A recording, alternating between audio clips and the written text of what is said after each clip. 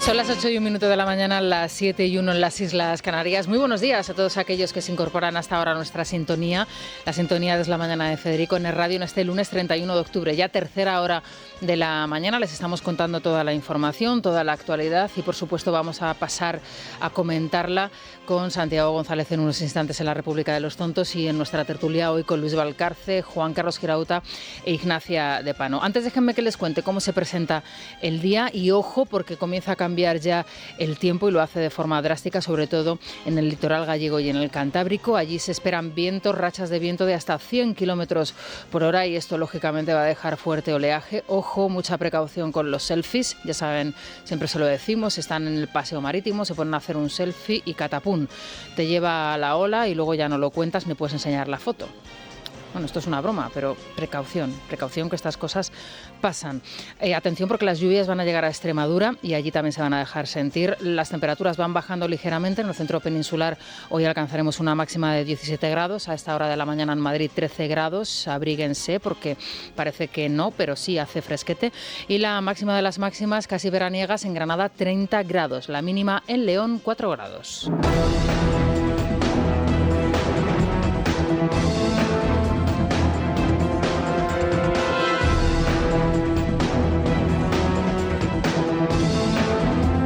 Processo de ressurreição na política brasileira, porque tentaram me enterrar vivo e eu estou aqui. Me intentaron enterrar vivo, pero sigo aquí. Lula da Silva, que ha ganado las elecciones en Brasil, pero lo ha hecho por un estrecho margen, 50,8% frente al 49,1% de Bolsonaro, que trataba de revalidar la presidencia en el país brasileño, en este país continental, la mayor potencia económica de Iberoamérica, que comienza a partir de ahora, a partir del próximo 1 de enero, un tiempo incierto. Lula da Silva, después de pasar casi 2 años en prisión, regresa otra vez a la presidencia de Brasil, tiñendo prácticamente de rojo todo el territorio, toda la región. Yo les comentaba anteriormente a las 6 de la mañana que salvo Uruguay, Paraguay y Ecuador, el resto de países de la zona están gobernados por comunistas, golpistas o izquierdistas y la situación es especialmente crítica en zonas como por ejemplo Argentina y Chile, dos países lógicamente hermanados con España y de referencia también para los hermanos argentinos y chilenos. 40.000 argentinos viven actualmente solo en la Comunidad Autónoma de Madrid y el número va aumentando. Lo cierto es que las crisis que están padeciendo estos países son muy parecidas, tienen rasgos muy comunes con lo que está sucediendo en España y hay quien todavía no se quiere dar cuenta de ello. La inflación está desbocada, el PIB está desde luego hundido, las previsiones que hacen económicas son falsas y por supuesto el gasto está desbocado como la deuda. Las organizaciones políticas cada vez más corruptas y las judiciales efectivamente también lo están. Un ejemplo de ello lo estamos viendo, por ejemplo, en Perú, donde una fiscal desde luego está comportándose de manera heroica y de momento veremos a ver qué es lo que sucede, pero quizá en los próximos días podemos contarles que el presidente peruano tiene que declarar y tiene que presentarse delante de un juez. Veremos a ver qué es lo que sucede, pero es que no nos cansamos de contarles la situación que se está viviendo y que están sufriendo en México, en Perú, en Chile, en Argentina, que les vamos a contar de Cuba, que les vamos a contar de Venezuela. En fin, esta es la situación.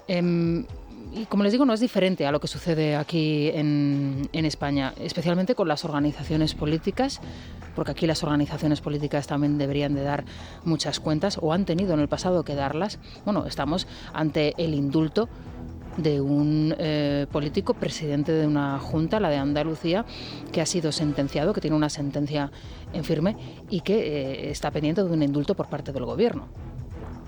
Y todo esto lo estamos teniendo que ver y observar los españoles y además ratificado por varios dirigentes y líderes políticos. Pero es que lo mismo sucede con los jueces. Desde el viernes de la semana pasada que les contamos la ruptura de las relaciones entre el Partido Socialista y el Partido Popular, hemos escuchado en tromba a varios dirigentes socialistas criticar a Núñez Feijóo, al líder popular, que ahora lo presentan a la derecha de Abascal, empezando por el propio presidente del Gobierno y por el expresidente del Gobierno, Felipe González, que quizá no se acordaba cuando hizo las declaraciones que hizo este fin de semana en Sevilla, que cuando él era presidente del Gobierno el sistema de elección de los jueces era bien distinto.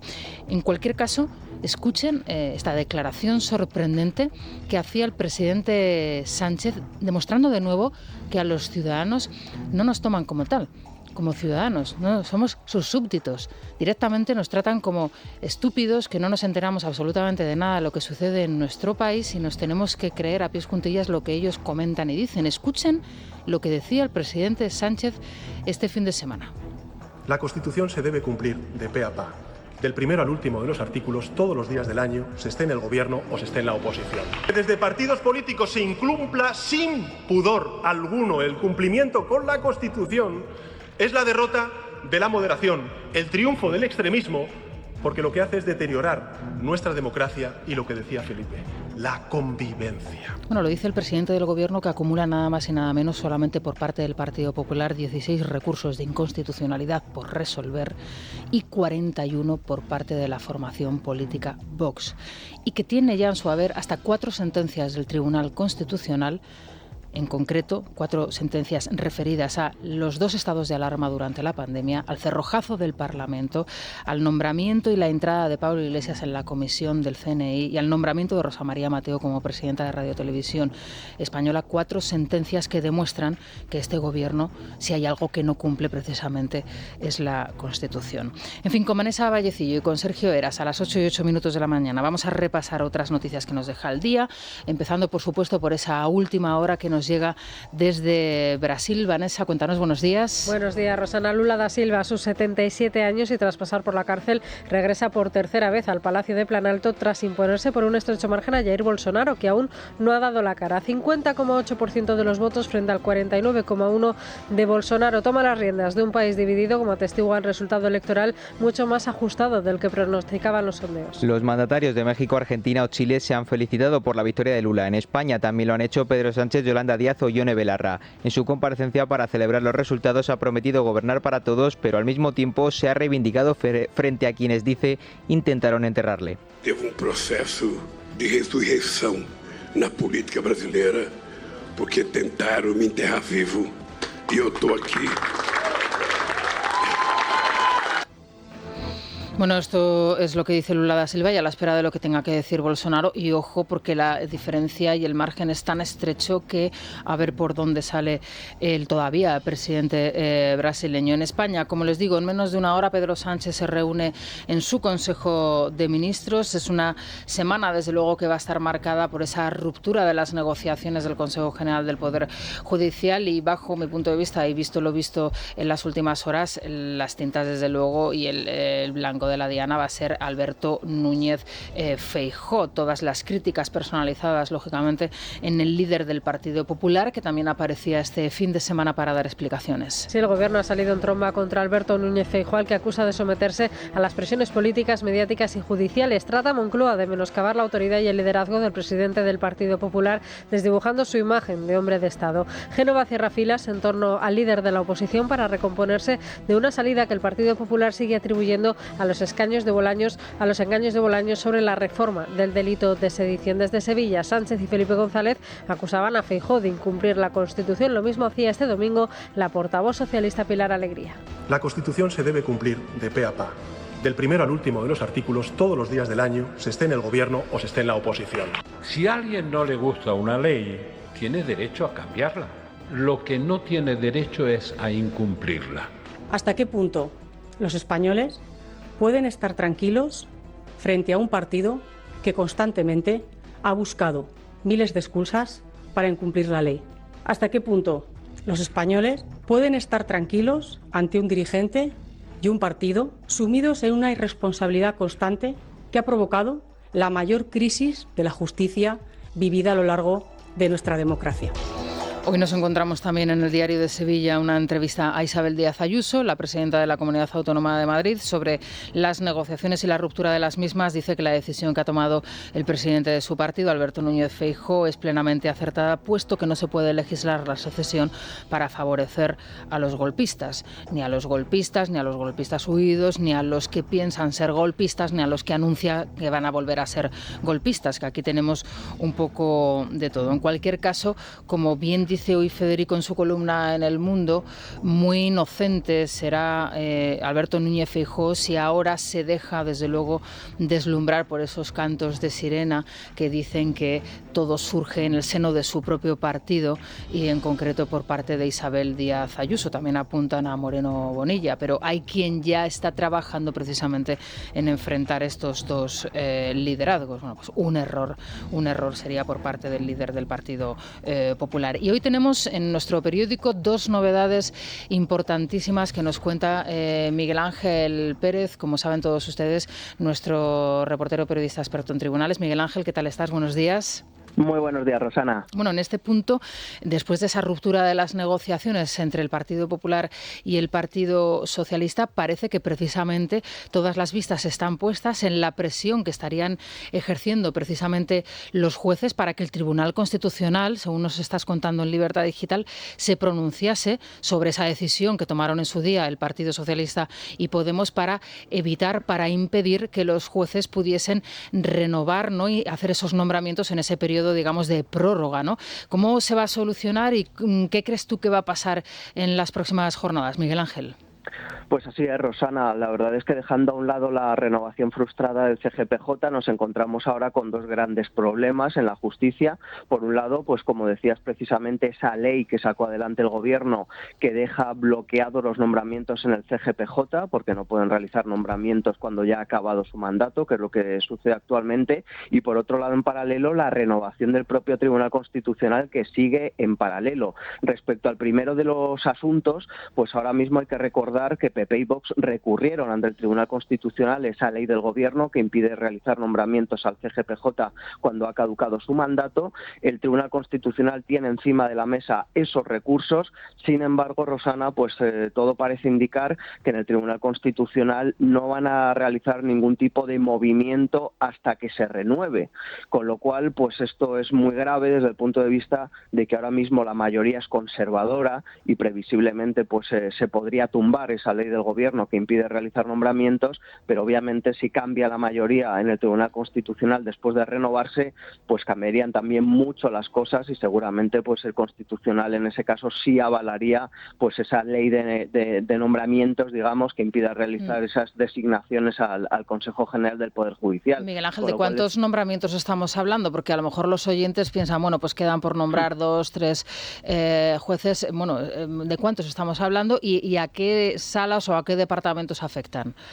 Pues ahora mismo, Rosana, a final de año van a ascender a cerca de 71, ahora superan más de 71 nombramientos, ahora mismo supera de largo ya los 65 y hay que decir, Rosana, pues que hay tribunales tan importantes como el que más, que es el Tribunal Supremo, que ahora mismo pues tiene 14 nombramientos pendientes, la mayoría de ellos en la sala de lo contencioso administrativo, la sala tercera del Supremo, que es la más damnificada.